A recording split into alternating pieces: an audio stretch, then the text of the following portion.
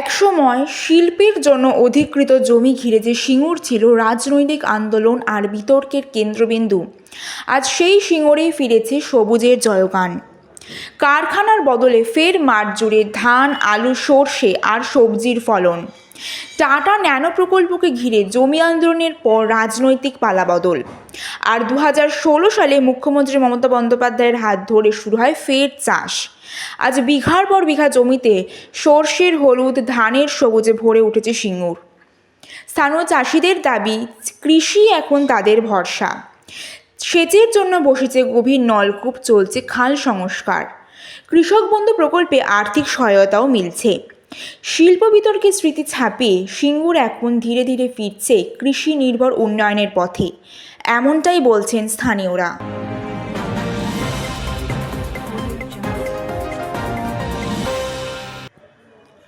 মাধ্যমিক পরীক্ষার আগে বড় অনিশ্চয়তা, আর মাত্র 48 ঘন্টা বাকি। অথচ পরীক্ষা কেন্দ্রে কক্ষ পরিদর্শক এবং অফিসার ইনচার্জ নিয়ে ধোঁয়াশা।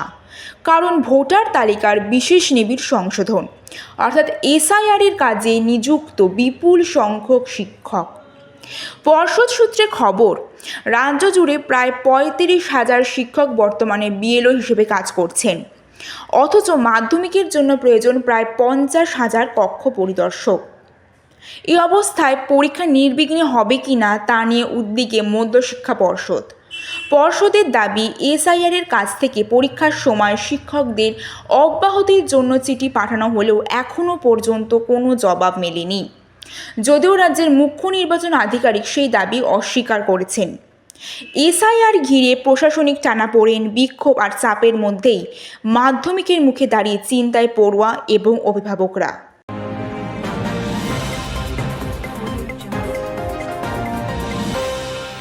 অভিনেত্রী মিমি চক্রবর্তীর বিরুদ্ধে হেনস্থা এবং অপমানের অভিযোগ ঘিরে চাঞ্চল্যকর ঘটনায় গ্রেফতার বনগাঁর জ্যোতিষী এবং ক্লাব উপদেষ্টা তনয় শাস্ত্রী।